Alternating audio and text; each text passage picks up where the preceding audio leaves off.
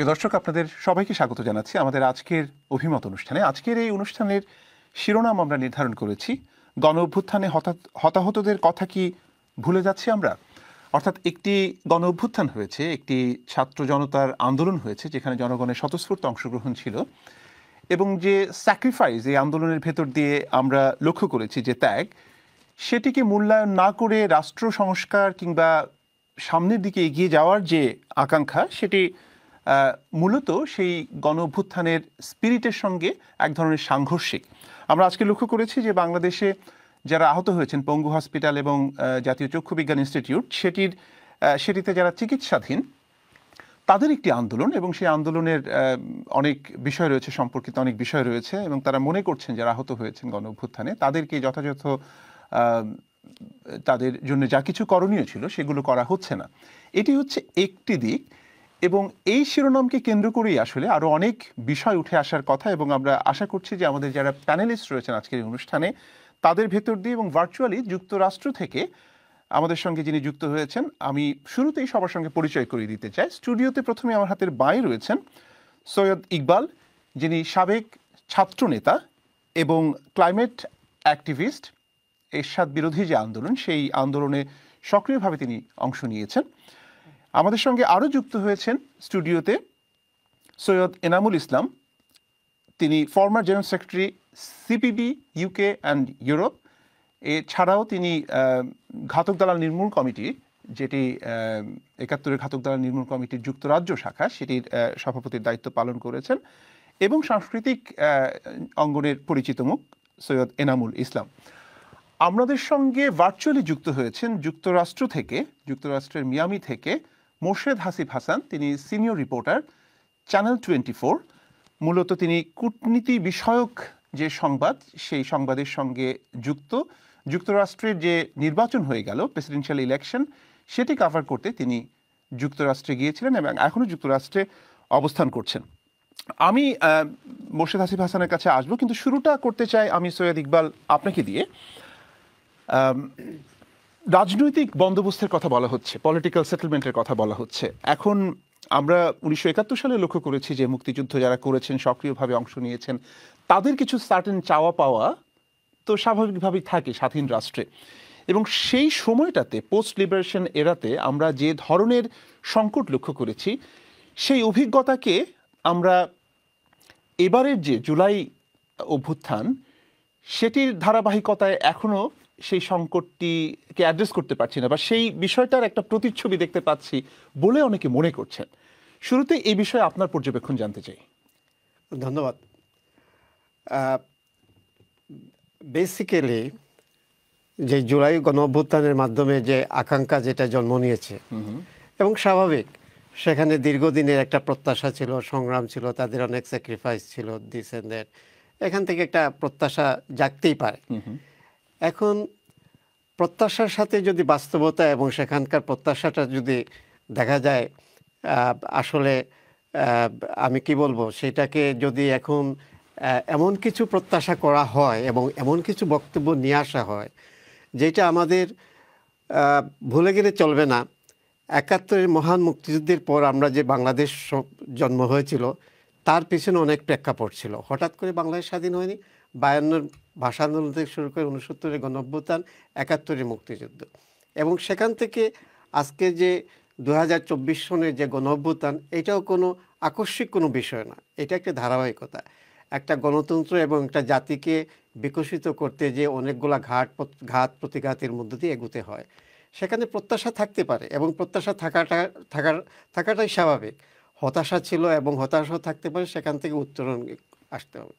কিন্তু আমরা যখন দেখতে পাই সেই প্রত্যাশার জায়গাটাকে অনেক সময় এমন কিছু অবান্তর এবং ইরিলেভেন্ট প্রস্তাবনা আসে, সেখানে আমাদের সংবিধান, আমাদের মহান মুক্তিযুদ্ধ, আমাদের মহান মুক্তিযুদ্ধের প্রধান নায়ক, আমাদের স্বাধীনতা সংগ্রামের লাখো শহীদের অর্জিত স্বাধীনতা সংগ্রামের মূল যে প্রতিপাদ্য, সেগুলাকে বিসর্জন দেওয়ার মতো যখন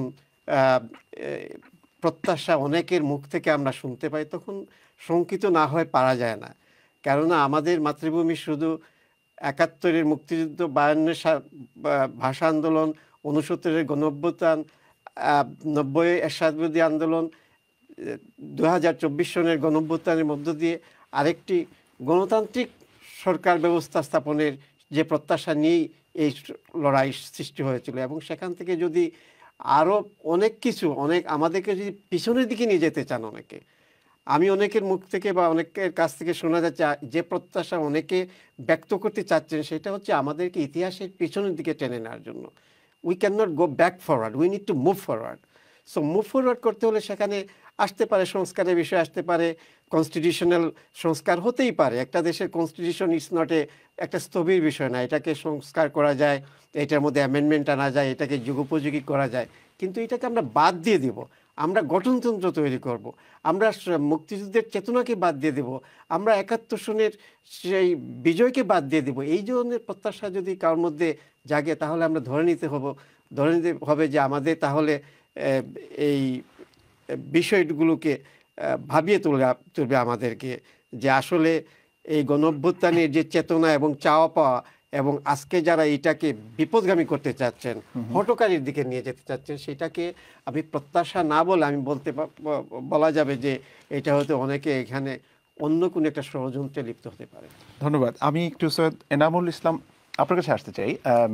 যে প্রশ্নটি আজকে সারাদিন এই যারা গণঅভ্যুত্থানে আহত হয়েছেন তাদেরকে উপদেষ্টা দেখতে যাননি, বা তাদের যে ধরনের অ্যাটেনশন দেওয়া দরকার ছিল, যেভাবে মূল্যায়ন করা দরকার ছিল, অ্যাটলিস্ট চিকিৎসার বন্দোবস্ত থেকে শুরু করে এক ধরনের সাহায্য সহযোগিতা বা সিম্প্যাথি সরকার বা অন্তর্বর্তী সরকারের পক্ষ থেকে দেখানোর কথা ছিল, সেটি তারা পায়নি বলে বিক্ষুব্ধ হয়ে উঠেছে।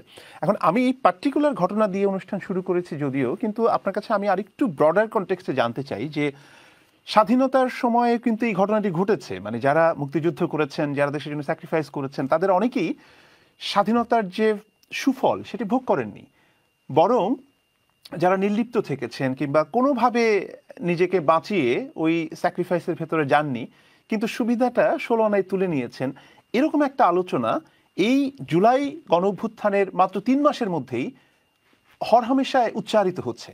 আপনি বিষয়টি লক্ষ্য করেছেন কিনা, বা এই বিষয়ে আপনার পর্যবেক্ষণটা কি? ধন্যবাদ বুলবুল। ধন্যবাদ যারা আজকে অনুষ্ঠান দেখছেন, সবাইকে শুভেচ্ছা। আমি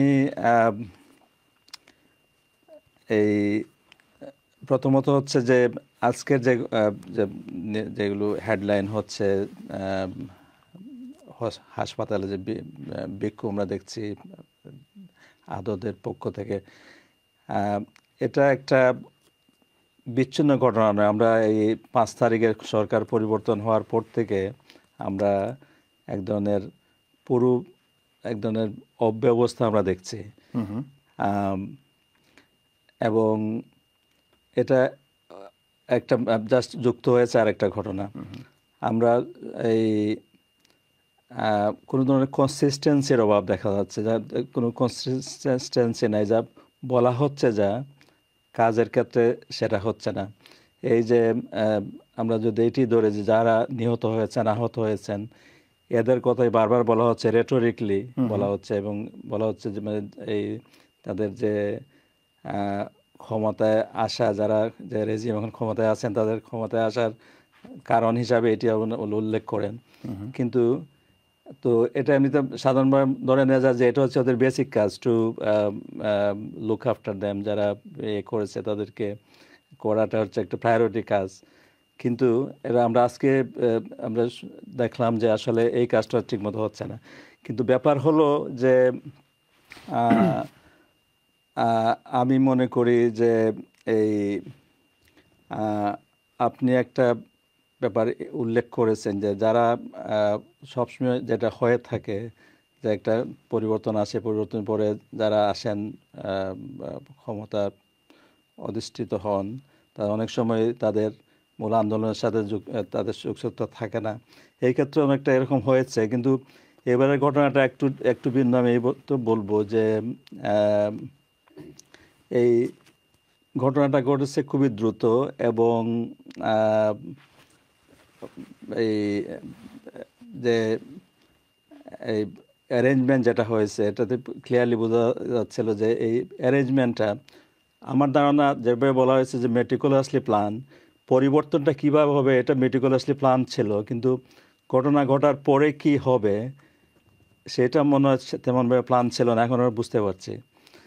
এবং এটার একটা প্রতিফল আমরা দেখতে পাচ্ছি অলরেডি, যাকে বলে ব্যাকলাশ শুরু হয়ে গেছে মানুষের মধ্যে। একদম আকাঙ্ক্ষা তৈরি হয়েছিল, আকাঙ্ক্ষা যে পরিবর্তন আকাঙ্ক্ষা, যে পজিটিভ পরিবর্তন আকাঙ্ক্ষা, সেটা বাস্তবায়িত হয়নি বেশিরভাগ ক্ষেত্রে। আমরা যদি কম্পেয়ার করি আগের রেজিমের সময়ের অবস্থা থেকে এখনকার অবস্থা, সাধারণ মানুষের দৃষ্টিভঙ্গি থেকে, not those people who personally benefited from it, যারা বিভিন্ন আমলাতন্ত্রে বা সরকারে বিভিন্ন পদে, বিচার ব্যবস্থা যারা নিজেরা ব্যক্তিগতভাবে বসেছেন তারা ছাড়া, ব্যক্তিগতভাবে লাভবান যারা হয়েছে, এদের বাইরে সাধারণ মানুষের অবস্থা কিন্তু আগের চেয়েও খারাপ। এরা এই অলরেডি তাদের আশাভঙ্গের আমরা অনেক ধরনের নমুনা আমরা দেখতে পাচ্ছি। জি, আসবো আপনার কাছে। আমি একটু মোর্শেদ হাসিব হাসান আপনার কাছে যেতে চাই।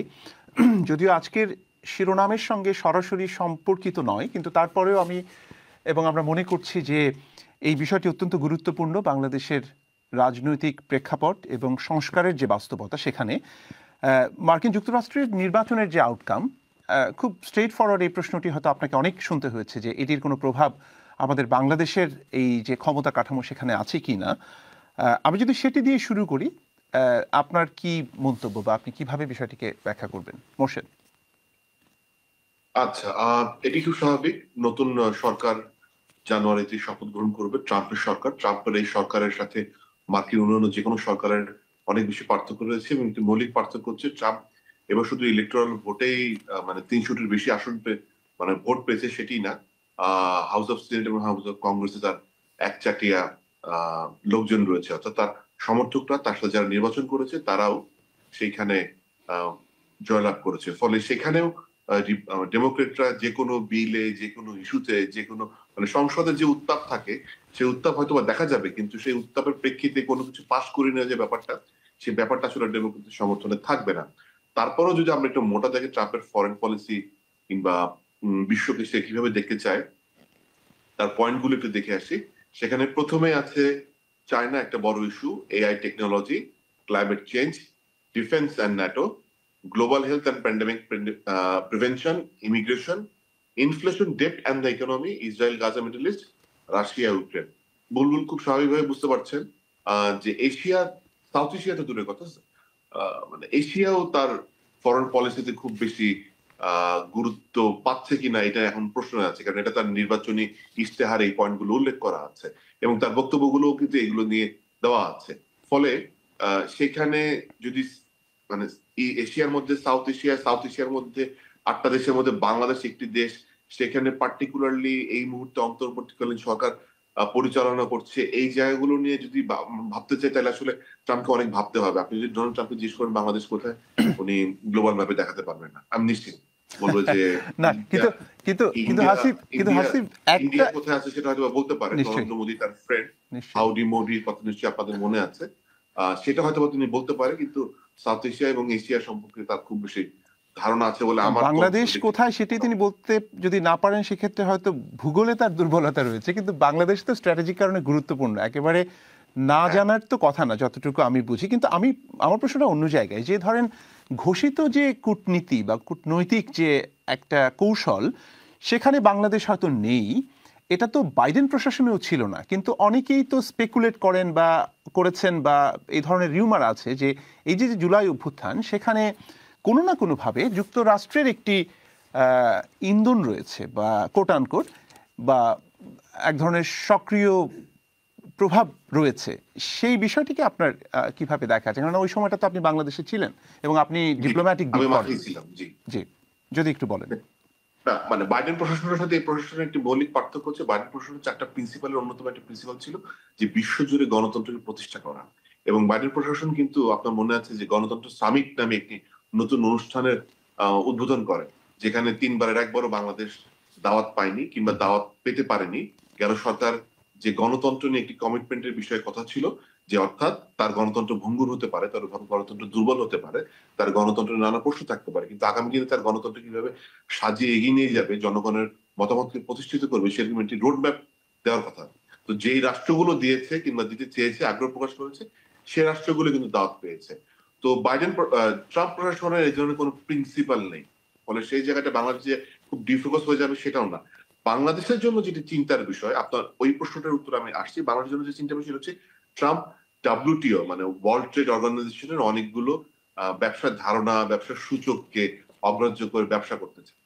সেটা যদি হয় তাহলে বাংলাদেশের মতো ছোট দেশ যারা আসলে পোশাক রপ্তানি করে টিকে থাকে মার্কিন মুল্লুক সহ ইউরোপে, আপনি যেখানে আছেন ইউকে সেখানেও, তাহলে সেটা আসলে যদি নতুন করে ট্যারিফ তৈরি করা হয় এবং সেই ট্যারিফে যদি কোনো মানবতার দিক থেকে বিবেচনা না করা হয়, তাহলে আসলে বাংলাদেশের জন্য কিছুটা রিস্কি হতে পারে, যেহেতু বাংলাদেশের লেবার স্ট্যান্ডার্ড কোশ্চেন আছে। আর আপনি যে প্রশ্নটা করেছেন যে যুক্তরাষ্ট্রের ইন্ধন আছে কিনা, অনেকে অনেক কিছু বলছে। এখন কথা বলা তো খুব সহজ। এখন দূর থেকে যারা ফেসবুকে স্ট্যাটাস দিয়েছে, অনেকে মনে করে তাদেরও এই সংগ্রামে এক ধরনের সক্রিয়তা রয়েছে, কারণ দেশে কথা বলা যাচ্ছিল, তো দেশে কথা বলা যাচ্ছিল না, বাক স্বাধীনতা ছিল না। আমি মাঠে যেটা দেখেছি যে মাঠে যখন ছাত্ররা নেমেছে, ছাত্রদের সাথে বাবা মারা নেমেছে, এবং এই জেনারেশনকে আসলে বিগত সরকার এবং রাজনৈতিক দল একেবারে অবজ্ঞা করে গেছে। এই জেনারেশন 2016 সালে নিরাপদ সড়ক চায়ের জন্য নেমেছিল, তারা কোটা আন্দোলনের প্রথম ফেজে নেমেছিল এবং বিভিন্ন পদে, বিভিন্ন ক্ষেত্রে, বিভিন্ন দলে মত নির্বিশেষে নিপীড়িত হয়ে তারা একটা জায়গায় একসাথে হয়েছিল যে তাদের একটা স্ট্যান্ড ছিল, তারা সবাই অত্যাচারিত, নিপীড়িত। ফলে সেখানে আমি ঠিক জানি না যে বাংলাদেশে কোটা ফেরত আসলে কজন মার্কিন নাগরিক সেই কোটার আন্ডারে চাকরি পাবে কিংবা অন্য কোনো দেশের নাগরিক চাকরি পাবে, এটা সম্ভব কিনা। তো একটা বিষয় অনেকে সন্দেহ করে থাকে, যেহেতু পিপল টু পিপল রিলেশন বরাবরই ইউএস মেনটেন করে থাকে, এটা ভারতও মেনটেন করে, এটা নতুন যে চাইনিজ ফরেন পলিসি এক্সপ্যানশন হচ্ছে সেখানেও পিপল টু পিপল রিলেশনের কথা বলা হচ্ছে। তাহলে কি যে সবার ইন্ধন ছিল? প্রশ্ন হচ্ছে এটা একেবারে অভ্যন্তরীণ একটা কজ। হ্যাঁ, সেই কজে যেহেতু প্রিন্সিপালি তারা জনমতকে সমর্থন করে, সেটাকে ঘুরিয়ে পেঁচিয়ে অনেকভাবে বলা যায়। নিশ্চয়ই। আরেকটি বিষয় সেটি হচ্ছে যে স্পষ্টতই যখন একটা রাজনৈতিক পট পরিবর্তন হয়, সেই পরিবর্তনের পরে নতুন যে সরকার, সেটি রাজনৈতিক সরকার হোক বা অন্তর্বর্তী সরকার হোক, তাদের কিন্তু পুরো অর্থনীতি থেকে শুরু করে ফরেন পলিসি সবকিছুকে ঢেলে সাজাতে এক ধরনের সংগ্রাম করতে হয় এবং এক ধরনের সংকট কিন্তু তৈরি হয়, এক ধরনের হিকাপ তৈরি হয়। তো এই জায়গাটিতে যারা অন্তর্বর্তী সরকারের প্রতি সহানুভূতিশীল, তাদের একটি অংশ বলার চেষ্টা করছেন যে ডক্টর ইউনূসের যেহেতু একটা গ্লোবাল এক্সপোজার রয়েছে এবং সারা পৃথিবীর বড় বড় নেতাদের সঙ্গে, বিশ্ব নেতাদের সঙ্গে তার একটি যোগাযোগ রয়েছে, সম্পর্ক রয়েছে, সেটির কারণে এই অর্থনৈতিক যে প্রবৃদ্ধির কথা বলি বা অর্থনৈতিক যে অগ্রযাত্রা, সেটিকে আবার সামনের দিকে নিয়ে যাওয়ার ক্ষেত্রে তিনি একটা বড় ভূমিকা রাখতে পারবেন। কিন্তু এর বিপরীত যে যুক্তিটি, সেটিও নিশ্চয়ই আপনি জানেন যে একটা দেশের যদি রাজনৈতিক অবস্থার পরিবর্তন না হয়, মানে যদি এক ধরনের স্টেবিলিটি না আসে, সেই ক্ষেত্রে আপনি যতই আপনার ফেস ভ্যালু থাকুক না কেন, আপনি আসলে মূল কাজটি করতে পারবেন না, কেননা মানুষ স্থিতিশীলতা চায়, মানে বিশেষ করে বিনিয়োগকারীরা। সেই জায়গাটিতে আপনি কিভাবে দেখছেন কূটনৈতিক জায়গাটি থেকে যে কতটুকু সংকটে রয়েছেন ডক্টর ইউনূস এই মুহূর্তে? কূটনৈতিক জায়গা থেকে আসলে খুব বেশি সংকটে তিনি নাই, কারণ তার যে ফেস ভ্যালু আছে যেটা আপনি বলছিলেন, এটি হচ্ছে বাস্তবতা। এবং সেই ফেস ভ্যালুর কারণে আমরা যেটা দেখেছি, জাতিসংঘে যখন উনি সাধারণ অধিবেশনে এসেছিল, যে প্রথা ভেঙে বাইডেন কিন্তু তার সাথে দেখা করেছে। সাধারণত হোয়াইট হাউসের বাইরে এই ধরনের বায়োল্যাটারাল মানে বৈঠক কেন, মানে এমনকি চা খাওয়া হয় না, সেটাও হয়েছে। তো ফেস ভ্যালুটা আছে। এখন এই ফেস ভ্যালু দিয়ে অবশ্যই আপনার এই কথার সাথে আমি একমত, কূটনীতি আসলে যে কোনো দেশের অভ্যন্তরীণ রাজনীতি এবং অর্থনীতি নির্ধারণ করে থাকে তার ফরেন পলিসি। সেই জায়গাটায় অবশ্যই সংকট রয়েছে, যেহেতু একটা দীর্ঘ সময় মানুষ মতামত প্রকাশ করতে পারে নাই, ফলে এই বিপ্লবের পরে নানান ধরনের ছোট ছোট ছোট ছোট বিপ্লব দেখা যাচ্ছে। যেমনটি আপনারা আলোচনা শুরু করেছিলেন যে যারা আহত, তারা পঙ্গু হাসপাতালে আছে, তাদের সাথে কিন্তু দেখা করতে রাত্রেবেলা 5 জন উপদেষ্টা গিয়েছে এবং বৃহস্পতিবার দুপুর 2টায় সম্ভবত সচিবালয়ে তাদের একটা প্রতিনিধি দলের সাথে বৈঠক করবে, তাদের চাওয়া পাওয়া বিষয়টি নিশ্চিত করার জন্য। অবশ্যই এই খবরটি কিন্তু গণমাধ্যমের মাধ্যমে বিশ্বে ছড়িয়ে যাচ্ছে এবং যারা বিশ্বের হর্তাকর্তা রয়েছেন, সেটা আপনি মার্কিন মুলুক বলুন, ভারত বলুন, রাশিয়া বলুন, চীন বলুন, ইউরোপীয় ইউনিয়ন বলুন, যুক্তরাজ্য বলুন, তারা কিন্তু দেখতে পাচ্ছে যে নতুন সরকার আসলে জনমানুষের সাথে কতটুকু মিশতে পারছে, তাদের আকাঙ্ক্ষা কতটুকু পূরণ করতে পারছে এবং সে পূরণে গিয়ে তারা কোনো পক্ষপাতিত্ব করছে কিনা কিংবা হিমশিম খাচ্ছে কিনা। কারণ যেহেতু এই সরকার মাত্র গঠন হয়েছে, ফলে অর্থ ছাড় আমরা দেখেছি, যেটা মোটামুটি বেশ রেকর্ড পরিমাণও বলা যায়, কিন্তু সেই অর্থ ছাড়ের ব্যবহার এবং অন্যান্য যে সংকট, সেই দুটো মিলিয়ে কতটুকু এগিয়ে যাবে তারা আসলে পর্যবেক্ষণ করছে। সরকার এই মুহূর্তে খুব খারাপ অবস্থা আছে না ভালো অবস্থা আছে সেটি বলার মতো পরিস্থিতি মনে হয় 3 মাসে তৈরি হয়নি। নিশ্চয়ই, ধন্যবাদ হাসিব, আপনার কাছে আবারও আসবো। আমি সৈয়দ ইকবাল আপনার কাছে আসতে চাই। আমরা গতকাল অর্থাৎ 12ই নভেম্বর প্রথম আলো পত্রিকায় প্রফেসর রেহমান সোবহানের একটি লেখা পড়েছি এবং সেখানে তিনি বেশ নৈমিত্তিকভাবে অবস্থাটিকে বর্ণনা করছেন, বিশেষ করে সংস্কারের যে বিষয়গুলো। এবং আজকের যে শিরোনামটি আমরা নির্ধারণ করেছি সেই শিরোনামের সঙ্গে যে যুক্ত সম্পৃক্ততা হচ্ছে এই জায়গাটিতে যে তিনি মনে করেন, যেহেতু তিনি অর্থনীতিবিদ, যে প্রান্তিক মানুষ, সাধারণ মানুষ যারা একটা পরিবর্তন চেয়েছে তাদের ভাগ্য উন্নয়নে, সেই মানুষগুলোকে যথাযথভাবে মূল্যায়ন করা হচ্ছে কিনা সেই জন্য সংস্কারটি খুব গুরুত্বপূর্ণ। কিন্তু তিনি যে বাধাটিকে চিহ্নিত করেছেন বা যে জায়গাটিতে উদ্বেগ প্রকাশ করেছেন সেটি হচ্ছে যে যখনই সংস্কারের কথা বলা হয় বিগত 15-16 বছরের কথা বলা হয়, কিন্তু দীর্ঘদিনের যে রাজনৈতিক সংকট, দীর্ঘদিনের যে একটা পলিটিক্যাল সিস্টেম যে ডিসফাংশনিং, সেই জায়গাটিতে অন্তর্বর্তী সরকারের যারা নীতি নির্ধারক রয়েছেন তারা দৃষ্টি নিবদ্ধ করছেন না। তো এটাকে আমার কাছে খুবই ইন্টারেস্টিং এবং খুবই ইম্পর্টেন্ট একটা বিষয় বলে মনে হয়েছে। আপনার কি এই বিষয়ে কিছু বলবার আছে বা পর্যবেক্ষণ আছে? ডেফিনেটলি প্রফেসর রহমান সোবহানের আর্টিকেল আমি সবগুলো পড়ার আমার সুযোগ হয়নি বা সময় হয়নি। আমি উনি বেশ কয়েকটা ইয়েতে লিখছেন, আমি প্রথম 1-2টা আমি পড়েছি এবং ডেফিনেটলি ওনার যে হাই থট অ্যান্ড উনি যে ল্যাবরেটরি ভেরিয়াস অ্যাসপেক্টে কাভার করেন, বাংলাদেশে বোধহয় এই ধরনের বুদ্ধিজীবী বা অর্থনীতিবিদ he is rare person in our country. তো এখানে একটা ছোট্ট ফুটনোট যে তিনি কিন্তু ডক্টর ইউনূসের খুব ঘনিষ্ঠ। হ্যাঁ, না ওনারা কন্টেম্পোরারি, ওনাদের সেই মানে বলা যায় যে সেই ক্ষণজন্মা পুরুষদের একজন হয়নি। এনিওয়ে, সো সেখানে যে বাংলাদেশে পলিটিক্যাল ইনস্টিটিউশন ডেভেলপের যে ল্যাকিংস, সেটা তো আসলে 90-এর গণঅভ্যুত্থানের মধ্য দিয়ে একটা সম্ভাবনা বিকশিত হয়েছিল এবং আমরা যারা 90-এর গণঅভ্যুত্থানের সাথে খুবই ওতপ্রোতভাবে সম্পৃক্ত ছিলাম, সেলিম দেলোয়ারের মৃত্যু থেকে শুরু করে নূর হোসেনের মৃত্যু, অনেকগুলো মৃত্যু আমরা প্রত্যক্ষ করেছি। ডক্টর মিলনের মৃত্যু আমরা একদম আমাদের সামনেই সেই মৃত্যুটা ঘটনা করেছে। সেখান থেকে যে একটা সম্ভাবনা সৃষ্টি হয়েছিল 90-এর গণঅভ্যুত্থানের মধ্যে দিয়ে, যে অ্যাটলিস্ট একটা ফেয়ার ইলেকশন এবং একটা স্বচ্ছ নির্বাচন পদ্ধতিকে এনশিওর করার জন্য একটা তত্ত্বাবধায়ক সরকারের যে একটা রূপরেখা এবং সেখান থেকে আবার 96 সনে ইলেকশন করে সেইটা অর্জন করার মধ্যে দিয়ে যা একটা বাস্তবতা তৈরি হয়েছিল এবং সেইখান থেকে বেরিয়ে এসে হুট করে আদালতের রায়কে বাস্তবায়ন করার নাম নিয়ে যে কমিটমেন্ট, যেটা 90-এর গণঅভ্যুত্থানে যেটা অর্জন করা হয়েছিল, সেখানে আবার পিছনে চলে যাওয়ার যে মন মানসিকতা এবং সেখান থেকে একটি স্বৈরাচারী ব্যবস্থাপনা আবার পুনর্বহাল হয়ে যায়। বলবো যে বিগত 3টি সরকার, 3টি নির্বাচনের মধ্য দিয়ে তাই প্রমাণিত হয়েছে যে আসলে আমাদের যে পলিটিক্যাল ইনস্টিটিউশন এইগুলা ডেভেলপ করার যে মূল যে সূচনা যেখান থেকে হয়েছিল, সেখানে সেই জায়গার কমিটমেন্ট থেকে বিগত সরকার, হাসিনা সরকার বিচ্যুত হওয়ার কারণেই আমাদের এই আজকের এই অবস্থার এই। সেখানে যে প্রান্তিক জনগোষ্ঠী যারা আছেন, আমাদের যে গরিব মানুষ যারা কৃষিকাজ করেন, যারা দিনমজুর এবং শ্রমিক শ্রেণী, তাদের যে এম্পাওয়ার্ড করা, সেই প্রচেষ্টা আসলে করার মতো যে পলিটিক্যাল ইনস্টিটিউশন এবং পলিটিক্যাল যে এনভায়রনমেন্ট এবং এইটা যে ফ্রেমওয়ার্ক, সেই ফ্রেমওয়ার্ক যদি ডেভেলপ না হয় তাহলে আসলে সেখানে লং টার্ম ডেভেলপমেন্ট এবং সাস্টেনেবল ডেভেলপমেন্ট করা যায় না।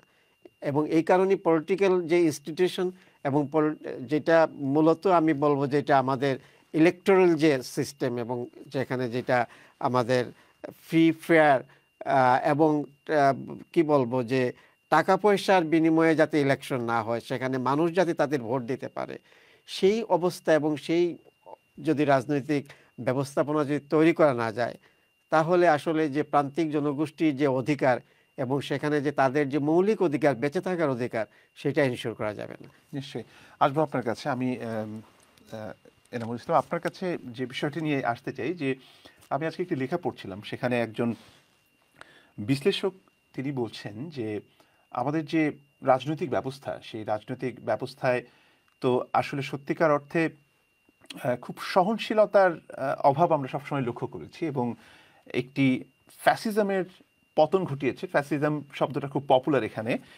কিন্তু আমরা একটি ফ্যাসিজমের পতন ঘটিয়ে পুরনো ফ্যাসিস্টদেরকে ভুলে যাচ্ছি। মানে বিষয়টা কি এরকম হয়ে যাচ্ছে কিনা। এবং তিনি মনে করেন যে শুধুমাত্র একটি দলকে টার্গেট করে যদি সংস্কারের চিন্তা করা হয়, যে এই দলটিকে সরিয়ে ফেলার অর্থই হচ্ছে দেশটা সুন্দর হয়ে গেল বা দেশের সমস্যা সব সমাধান হয়ে গেল, তিনি সেটি মনে করেন না। বরং এটি নতুন ধরনের সমস্যা বা সংকট তৈরি করবে। কেননা ৭৫ থেকে ১৯৯৬ সাল পর্যন্ত কিন্তু আওয়ামী লীগ ক্ষমতার বাইরে ছিল এবং খুব দুঃসময় পার করেছেন। কিন্তু যেহেতু ওই যে ৭২ থেকে ৭৫-এর যে শাসনকাল, ওইটার যে সংকটগুলো তৈরি হয়েছিল, যে ভুলগুলো ছিল, সেটির কোনো রিকনসিলিয়েশন হয়নি, যে কারণে ৯৬ থেকে ক্ষমতায় এসে কিন্তু একই ধরনের ভুল করতে করতে কিন্তু আজকে এই জায়গায় এসে দাঁড়িয়েছে তারা। তো আপনার কাছে কি মনে হয় যে এই যে ফ্যাসিজমের পতনের ক্ষেত্রে যে দৃষ্টিভঙ্গিটা কাজ করছে এখন, যারা এখন ক্ষমতায় রয়েছেন, সেটি যথাযথ কিনা? ধন্যবাদ বুলবুল।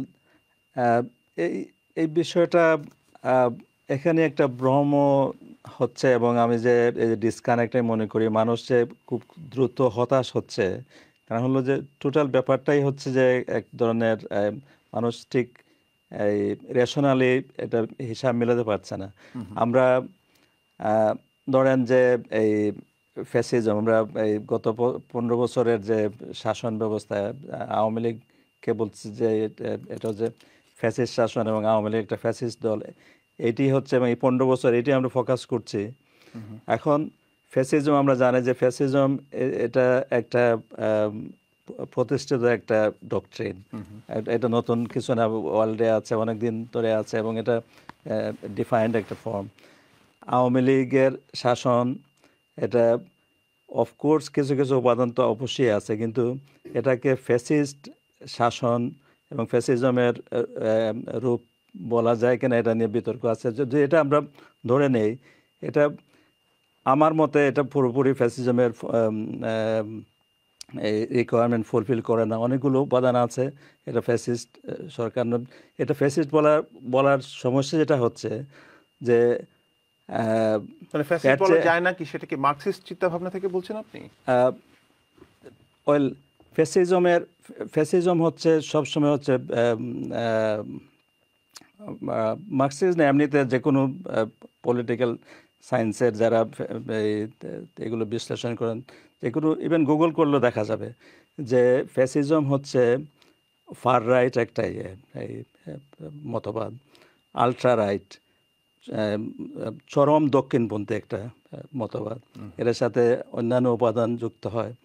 তো সেই ধরনের আমরা উদাহরণ কি, মুসোলিনি এবং হিটলার, এরা হচ্ছে ফ্যাসিজমের ধারক বাহক, এবং তাদেরটা হচ্ছে মানে প্রাইম এক্সাম্পল। এগুলোর সাথে মিলিয়ে যদি দেখি, তো আপনি বলছেন যে এটাকে সরলীকরণ করা হয়, মানে যে কোনো ধরনের কর্তৃত্ববাদী শাসনকেই ফ্যাসিজম বলাটা আসলে এটা বলার বিপদ যেটা হচ্ছে, তখন যদি এরপরে যদি রিয়েল ফ্যাসিজম আসে, অনেক সময় হয় কি যে বাঘ আসলো বললাম তো, পরে রিয়েল বাঘজন আসলো, আমরা তখন বুঝতে পারলাম না। এখন কিন্তু অনেকেই বলছেন যে এর চেয়ে কত খারাপ হতে পারে একটা শাসন ব্যবস্থা। মানে আমি তো মনে করি, আমার সাথে অনেকে দ্বিমত হতে পারে, কিন্তু এখন যা হচ্ছে, ৫ তারিখে পরিবর্তন হয়েছে, এখন যেগুলো হচ্ছে এর মধ্যে অনেক ফ্যাসিজমের উপাদান রয়েছে। এই যে মব লিঞ্চিং, এটা একটা ক্লাসিক্যাল কম্পোনেন্ট অফ ফ্যাসিজম। কিন্তু সেটা কি ১৫ বছরের যে দুঃশাসন সেটির সঙ্গে তুলনীয়? ৩ মাসে যা কিছু হয়েছে, ইন্ডিভিজুয়ালি দেখতে হবে। ১৫ বছরের শাসনের আমি প্রথমে ক্লিয়ার করে নিই যে আমি আওয়ামী লীগ কোনোদিন আওয়ামী লীগ করিনি, আমি ডিপেন্ড করার জন্য আসেনি। বাট একটা সরকার, তাদের এই ১৫ বছরের অনেক ধরনের অর্জনও রয়েছে, আমরা এগুলো ভুলে যাচ্ছি। আমরা আজকে যে এই অর্থনৈতিক যে হয়েছে, উন্নতি হয়েছে, এটা চোখে দেখার মতো, বা এগুলো অনেক অব্যবস্থা তো অবশ্যই আছে, কিন্তু আমরা দিচ্ছি এটা সুশাসন ছিল না। অফকোর্স এটা ছিল না, দুর্নীতি ছিল, অন্যান্য অপশাসন ছিল। কিন্তু এখানে এটা এই আওয়ামী লীগের গভর্নমেন্ট অনেকগুলো উপাদান আমি বলতে পারবো যে অফকোর্স এগুলো এই ফ্যাসিজমের অনেকগুলো উপাদান তাদের মধ্যেও ছিল, কিন্তু এটা যে একদম চূড়ান্ত খারাপ ফ্যাসিজম আমরা এটা বলতে পারি না। আমরা তাহলে আমি যখন বললাম যে মুসলিন এবং হিটলার একটা এটাকে ধরতে হবে আইডিয়াল, নিশ্চয়ই না, তো আমি তার সাথে I got তুলনা your- করলে কি ওই ধরনের ব্যবস্থা তো আমাদের ছিল না। আমি আপনার যে যুক্তিটি- সমস্যাটা ছিল আমি যেটা বলি সেটা হচ্ছে যে শুধুমাত্র এই সময় না, আমরা বলছি যে ডেমোক্রেসি যদি ওয়ার্ক করে তাইলে পরে আমরা ডেমোক্রেসি নাই যে সিচুয়েশন সেটাকে আমরা ফ্যাসিজমের সঙ্গে আখ্যায়িত করছি। কোন পর্যায়ে করছে সমস্যা সংকট তৈরি হচ্ছে ডেমোক্রেসির সংকট, যেখানে ডেমোক্রেসির রিকোয়ারমেন্ট হলো যে শান্তিপূর্ণ উপায়ে ক্ষমতা হস্তান্তরের একটা ব্যবস্থা থাকে। মানুষ জানে যে এটার এই গভর্নমেন্টকে আমি যখনই আমি অপছন্দ হবে তাকে আমি শান্তিপূর্ণভাবে করতে পারবো। এবং এই ব্যবস্থা যখন বন্ধ হয় তখন অসাংবিধানিক উপায়ে এবং বিভিন্ন রূপে হতে পারে। আমি 75-এ পরিবর্তন দেখেছি, যেটা হত্যাযজ্ঞের মাধ্যমে হয়েছে। এ ধরনের পরিবর্তন হয়, অস্বাভাবিক পরিবর্তন হয় যখন এই প্রসেসটা যখন ঠিকমতো ওয়ার্ক করে না। এটা এবারও হয়েছিল। সো এগুলো হচ্ছে ইস্যু, কিন্তু এটাকে থিওরাইজেশন করা ফ্যাসিজম করে আমরা এখন যে ফ্যাসিজম চলছে আমি মনে করি ওই 50 বছর চেয়ে এখন অনেকগুলো আছে খুব ভয়াবহ ফ্যাসিজমের লক্ষণ আমরা এখন দেখছি। ধন্যবাদ সৈয়দ এনামুল ইসলাম। আমি মোর্শেদ হাসিফ হাসান আপনার কাছে একটু আসতে চাই। সৈয়দ এনামুল ইসলামের কথা থেকে একটি বিষয়কে আমি পিক করতে চাই এবং আমি একটু আপনার মতামত জানতে চাই যে উনি বলছেন যে আওয়ামী রেজিমে অনেক ভালো কাজও হয়েছে, অনেক অনেক প্রশংসাযোগ্য কাজও হয়েছে, অনেক অগ্রগতি হয়েছে, কিন্তু তিনি এটিও বলছেন যে সেটির বিপরীতে যে শাসন ব্যবস্থা তারা তৈরি করেছে সেটিকেও যে তিনি সমর্থন করেন বা সেখানেও যে ভুল নেই সেটি তিনি মনে করেন না। খুবই ভারসাম্যপূর্ণ কথা। কিন্তু একজন নাগরিক হিসেবে আমার যেটা প্রশ্ন মোর্শেদ, সেটি হচ্ছে যে $20 বিলিয়ন রিজার্ভ তারা রেখে গেছেন, এটা যেমন একটা পজিটিভ দিক, আবার $17 বিলিয়ন সেটি পাচার হয়েছে। বাংলাদেশ ব্যাংকের গভর্নর, নতুন গভর্নর, তিনি হিসেব করে দেখিয়েছেন, তিনি বলছেন ক্লিয়ারলি এটা পাচার হয়েছে। এখন আপনি আমাকে একটু বলেন যে সাধারণ নাগরিক হিসেবে আমার কি খুশি হওয়া উচিত, নাকি কষ্ট পাওয়া উচিত, নাকি এটার ফাইন টিউন আমি কিভাবে করবো, এটার ভারসাম্য আমি কিভাবে, মানে একটা ভারসাম্যপূর্ণ ব্যাখ্যা কিভাবে দাঁড় করাবো? আচ্ছা, ফাইন টিউন আপনি করতে পারবেন না। আপনাকে আমার অতি সম্প্রতি অভিজ্ঞতা বলি, যে নির্বাচন কাভার করতে আসছি সেই মার্কিন নির্বাচনের কথা বলি। মার্কিন নির্বাচনে জর্জিয়া, ফ্লোরিডা এবং নিউ ইয়র্ক 3টি স্টেটে আমি ভ্রমণ করেছি এবং মূলত বাংলাদেশিদের যে জীবন যাপন পরিবর্তন সেগুলো জানার চেষ্টা করেছি। তারা আমাকে বলেছে যে বাইডেন আসার আগে তারা হয়তো বা $1, $1.50 1 ডজন ডিম কিনতো এবং 2024 সালে তাদেরকে কিনতে হচ্ছে কোনো জায়গায় $5, $7। হ্যাঁ, এখন আপনি চিন্তা করেন যে এই দেশেও কিন্তু ওই যে মানে দ্রব্যমূল্য একটা বড় ইস্যু হয়ে গেছে। ফলে তারা মনে করছে যে বাইডেন চলে গেলে, ট্রাম্প ফেরত আসলে তাদের এই যে খাবারের দাম কমে যাবে। বাংলাদেশেও কিন্তু একই অবস্থা। কোনো জায়গায় এরকম 1 ডজন ডিমের দাম এখানে হয়তো বা 300-400 গুণ বেড়ে গিয়েছে, কোনো জায়গায় 500-700 গুণ বেড়ে গিয়েছে। হ্যাঁ, তো $20 যে বিলিয়নের রিজার্ভ কথা বলা হয় এটা আসলে সত্য না। সত্যটা হচ্ছে যে এটি কখনো ইউজেবল যতটুকু ছিল $14-15 বিলিয়ন, কোনো সময় এটা $10 বিলিয়ন নেমে এসছে। এটা হয়তো অর্থনীতিবিদরা আরো ভালো ক্যালকুলেশন করে বলতে পারবেন। এবং তার বিপরীতে হচ্ছে $17 বিলিয়ন পাচার হয়ে গেছে। তো আমি আসলে খুশি হব কেন? কারণ সরকার যে ঋণ নিচ্ছে কিংবা সরকার যে প্রকল্পগুলো করছে সেগুলো তো আমার ট্যাক্স পে, মানে আমার ট্যাক্সের পয়সায় করছে, তাই না? ট্যাক্সের পয়সায় করে আপনি চিন্তা করেন যে একটি সড়ক নির্মাণে 10 বছর সময় লাগছে। আপনার ট্যাক্সের সঙ্গে আমাদের যে এনআরবি কন্ট্রিবিউশন সেটা একটু যুক্ত করবেন। রেমিটেন্সের একটা বড় সেই জায়গাটা আমি আসছিলাম যে একটি রাজনৈতিক সরকারের আমলে কখনো এয়ারপোর্টে প্রবাসীদের জন্য আলাদা কোনো লাউঞ্জ তৈরি হয়নি। আপনি হয়তো বা ইউকে থেকে আসছেন, আপনি গায়ে একটা সুন্দর ব্লেজার পরেছেন, সুন্দরভাবে বাংলা, প্রমিত ভাষা বাংলা ও ইংরেজি বলতে পারেন বলে আজকে আপনার যে গুরুত্বটা রয়েছে। কিন্তু সৌদি আরব থেকে যে ভাইটি যাচ্ছে তাকে সঙ্গে মানে এয়ারপোর্টে তার সাথে যে আচরণ করা হচ্ছে এটা এক হতে পারে না। দুজনই বাংলাদেশের নাগরিক, হয়তো বা আলাদা পাসপোর্ট আছে, সেটা আলাদা বিষয়। তো সেই জায়গাটা আসলে কোনো রাজনৈতিক সরকার করেনি। প্রবাসী লাউঞ্জ করলো উদ্বোধন করলেন ডক্টর ইউনূস। এখন আপনি এটাকে কি বলবেন? তো এই যে মানুষের মানে উন্নয়ন হয়েছে, সেই উন্নয়নের বিপরীতে যে সময়, যে খরচ এবং যে অর্থায়ন, যে প্রকল্প, যে দুর্নীতি হয়েছে সেটি আসলে দিন শেষে জিরোতে গিয়ে থাকে, কোনো ক্ষেত্রে মাইনাসে গিয়ে থাকে। আমি অন্তত মানে খুব সচেতন ভাবে গেল 15 বছরের উন্নয়নে খুশি হয়েছি, আমার ভালো লেগেছে। কিন্তু উপভোগ করতে গিয়ে এটার যে পার হেড কস্টিং, সেই কস্টিং আমাকে ব্যথিত করেছে, কারণ আসলে আমার ওই পরিমাণ আয় বাড়েনি। রাইট, আমার কেন, বেশিরভাগ মানুষের আয় বাড়েনি। নিশ্চয়ই। হাসিব, আসবো আপনার কাছে আবার। আমাদের সময় হচ্ছে ছোট্ট একটা বিজ্ঞাপন বিরতিতে যাবার। দর্শক, বিজ্ঞাপন বিরতির পরে আপনাদের কথা শুনতে চাই। আপনারা টেলিভিশন স্ক্রিনে যে নম্বরগুলো দেখতে পাবেন, যে নম্বরটি দেখতে পাবেন, সেখানে ফোন করে আমাদের সঙ্গে সরাসরি কথা বলতে পারবেন, আপনার মতামত রাখতে পারবেন।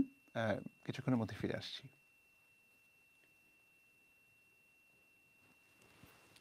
এই হাসিব, তুমি কি ভয় পাচ্ছ বাংলাদেশে যেতে? হ্যাঁ,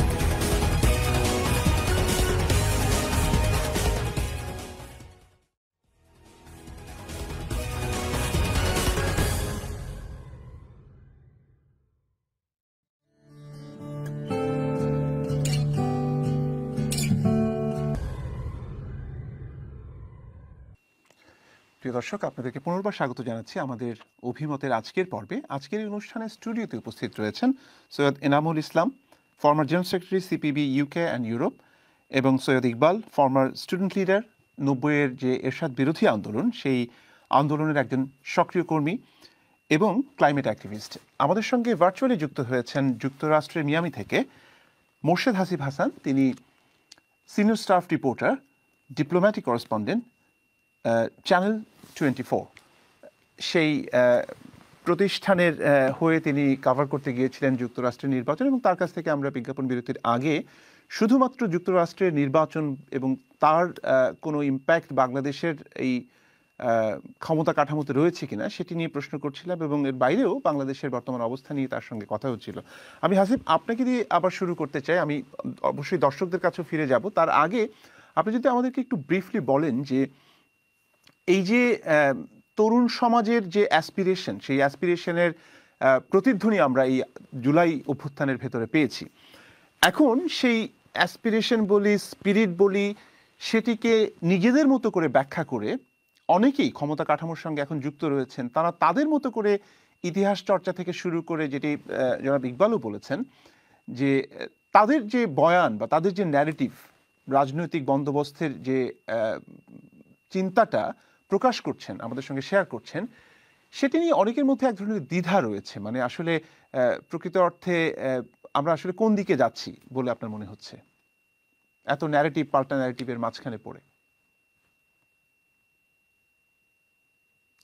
আপনার সাউন্ড আমরা শুনতে পাচ্ছি না, একটু মিউট করা আছে বোধহয়। হ্যাঁ, বলুন প্লিজ। আচ্ছা, এখন কি শুনতে পাচ্ছেন হ্যাঁ, আমাকে? হ্যাঁ, শুনতে পাচ্ছি, বলুন। আচ্ছা, আমার কাছে যেটা মনে হয়েছে সেটা হচ্ছে গত 15 বছরে যারা মানে দেশে থেকে কখনো কোনো অন্যায়ের প্রতিবাদ করেনি, সমর্থন তো করেনি, সেটা মেনে নিলাম, সমর্থন করেনি, কিন্তু অন্যায়ের প্রতিবাদ করেনি, তারা 3 মাসে নতুন করে বলতে শিখেছে। ফলে নানান ধরনের কথা সামনে আসছে, এবং সেই কথার মধ্যে অনেক কটু কথা আছে, ভালো কথা আছে, জটিল কথা আছে, সহজ কথা আছে, এবং নানান ধরনের মতামত আসছে সামনে। এটা একটি বিষয়। আরেকটি বিষয় হচ্ছে কি, অনেকেই দেশের বাইরে থেকে সরকারের সমালোচনা করেছে। তাদের অনেকের অনেক ধরনের সম্পৃক্ততা রয়েছে, অনেক রিলেশন রয়েছে, অনেক ধরনের অনেক ইন্টেনশন রয়েছে, সেটি একটি দেখার বিষয়। এখন যেহেতু মাত্র 3 মাস হয়েছে, এবং 3 মাসের পর একটি বড় লক্ষ্য ছিল যে যে ফ্যাসিস্ট সরকার ছিল, এই সরকারকে হটিয়ে দেওয়া এবং জনগণের মত প্রকাশের স্বাধীনতাকে এস্টাবলিশ করা। সেই জায়গাটা আমার মনে হয় কিছুটা এস্টাবলিশ হয়েছে। এখন মত প্রকাশ করতে গিয়ে এত মত, এত এত মানে বহুমত, যে সেটা তো আসলে অন্য কোনো দেশে দেখা যায় না। তো সেই জায়গাটা এক ধরনের একটা কোঅর্ডিনেশন কিংবা ডিসকোঅর্ডিনেশন আমরা দেখতে পাচ্ছি। সো সেই জায়গায় আসলে অনেকে বলার চেষ্টা করছে তারা এই করেছে, এই করেছে, কিন্তু খুব সত্যি কথা হচ্ছে যে ছাত্ররা যে আন্দোলন করেছে, সে আন্দোলন বাংলাদেশের কোনো দল আজ পর্যন্ত করে দেখাতে পারে। একদম সহজ কথা। এটা যদি কারো মানতে কষ্ট হয়, কিছু করার নাই, এটাই বাস্তবতা। হ্যাঁ, তারা অনেক আন্দোলন করেছে, সরকার বিরোধী আন্দোলন করেছে, কিন্তু একটা আন্দোলন, যে আন্দোলনের সাধারণ মানুষ জড়ায় যায়, যে আন্দোলন সাধারণ মানুষ মনে করে যে হ্যাঁ আন্দোলনটা আমার, সেই আন্দোলন ছিল জুলাই আন্দোলন। এটাকে যদি কেউ পুঁজি করে কিছু অর্জন করার চেষ্টা করে, এটা নিতান্তই তার কি বলবো, দ্যাটস হিজ স্টুপিডিটি। মানে এর চেয়ে বেশি কিছু আমার বলার নাই। as simple as that. Right. আমি স্টুডিওতে প্যানেল মেম্বার হিসেবে যারা আছেন তাদের কাছে ফিরে আসবো, কিন্তু তার আগে আপনি আমাকে আরেকটা বিষয় যদি একটু বলেন, আমাদের দর্শকদের জন্য সুবিধা হবে বোঝার জন্য। সেটা হচ্ছে যে আমরা যারা প্রবাসে থাকি, বাংলাদেশের সাংবাদিকতা নিয়ে তাদের একটা নিজস্ব পর্যবেক্ষণ রয়েছে, বিশেষ করে গত 15 বছরের যে রেজিম, সেখানে আপনারা সত্য কথাটা বলতে পারেননি এরকম অনেকে মনে করেন এবং আপনাদের প্রতি খুবই সিম্প্যাথেটিক তারা। কিন্তু একই সঙ্গে এক ধরনের ক্ষোভও রয়েছে যে পারেননি সেটা তো একটা দিক, কিন্তু নিজে থেকেই ক্ষমতা কাঠামোর কাছে যাওয়ার জন্য, সুবিধা বলয়ের মধ্যে থাকার জন্য আপনি সাংবাদিকতাটা করেননি, এক ধরনের দলীয় লেজুর বৃত্তি করেছেন, যেটা আপনার সাংবাদিকতার যে কোড অফ কন্ডাক্ট বা এথিক্স বা এই যে আদর্শিক যে জায়গাটা, সেটির সঙ্গে চূড়ান্ত অর্থে সাংঘর্ষিক। সেই জায়গাটি থেকে আপনার কাছে কি মনে হয় যে এই পরিবর্তনটা বাংলাদেশের সাংবাদিকতায় কোনো গুণগত পরিবর্তন নিয়ে আসতে পারছে বা পারবে? এটা অনেক বড় প্রশ্ন। মানে আমি এই পুরা জার্নালিজমের এক ছোট্ট একটা মানে অংশও না আসলে, এটা আমার জন্য অ্যান্সার করা একটু ডিফিকাল্ট। বাট এটা সত্য বলবো যে বাংলাদেশের সাংবাদিকদের সুবিধাভোগী এবং সুবিধা লোভী আচরণ, যারা সুবিধা ভোগ করছেন তাদেরকেও সার্ভ করতে হচ্ছে, এবং যে সুবিধা পাচ্ছেন না তার সুবিধার লোভ রয়েছে সেও সার্ভ করছে। এইটার কারণে কিন্তু গত 15 বছরে নানান ধরনের করার সমালোচনা করা যায়নি। এটি একটি দিক। আরেকটি দিক হচ্ছে গিয়ে বিদেশে যারা আছে তারা তাদের সকলের মতের প্রতি আমি শ্রদ্ধা জানিয়ে বলছি, অনেক খবর কিন্তু হয়েছে। এখন খবরের ভাষা মানে এই না যে কাউকে একদম মেরে পিটে কেটে শোয়ায় ফেলা, বিষয়টা এরকম না। হ্যাঁ, খবর খবরের মতো হবে। যেখানে দুর্নীতি হয়েছে এই দুর্নীতি, অনেক খবর হয়েছে এটা যেমন সত্য, অনেক খবর হয়নি সেটাও সত্য, কিন্তু যে খবরগুলো আমরা পেয়েছি প্রবাসে বসে, আমি স্বীকার করছি, তার আমি একটু শেষ করি আসিফ, যে এর একটা বিরাট অংশ সামাজিক যোগাযোগ মাধ্যমের কল্যাণে আমরা পেয়েছি। এটি যে আপনাদের যে কনভেনশনাল জার্নালিজম, নিউজ পেপার বা টেলিভিশন জার্নালিজম, সেখানে খুব কম, একদম আসেনি সেটা আমিও বলবো না, কিন্তু খুব কম মাত্রায় এসেছে, এটি তো আপনি স্বীকার করবেন নিশ্চয়ই। অপেক্ষাকৃত যতটুকু আসার উচিত ছিল ততটুকু আসেনি। এখন সমালোচনা করতে গিয়ে আমাদের গণমাধ্যমগুলোর, আমি ঠিক জানি না গণমাধ্যমগুলো মানে গঠনমূলক সমালোচনার বাহিরে গিয়ে যদি সেই সমালোচনাগুলো আসলে দলীয় হয়ে যায়, সেটি আসলে খুব একসেপ্টেড না। ফলে অনেকেই সমালোচনা করতে পারেনি। আর সমালোচনার ভাষাও আছে।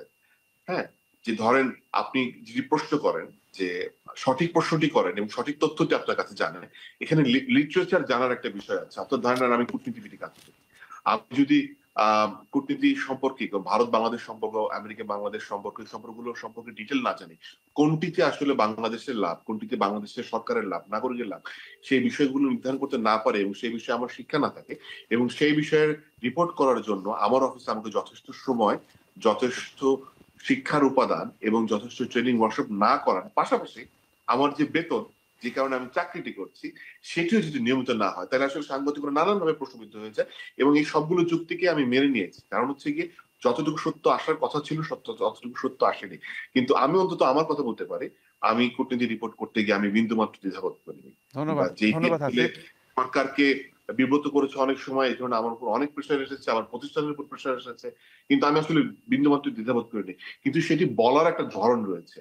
বলতে গিয়ে বাংলাদেশের সাংবাদিকরা কিংবা লেখা কিংবা টেলিভিশন গুলো মাঝে মাঝে এমন কিছু করে ফেলে যেটি আসলে অনেকটা দলীয় অ্যাক্টিভিস্টের মতো আচরণ হয়েছে, যেটা অনুচিত।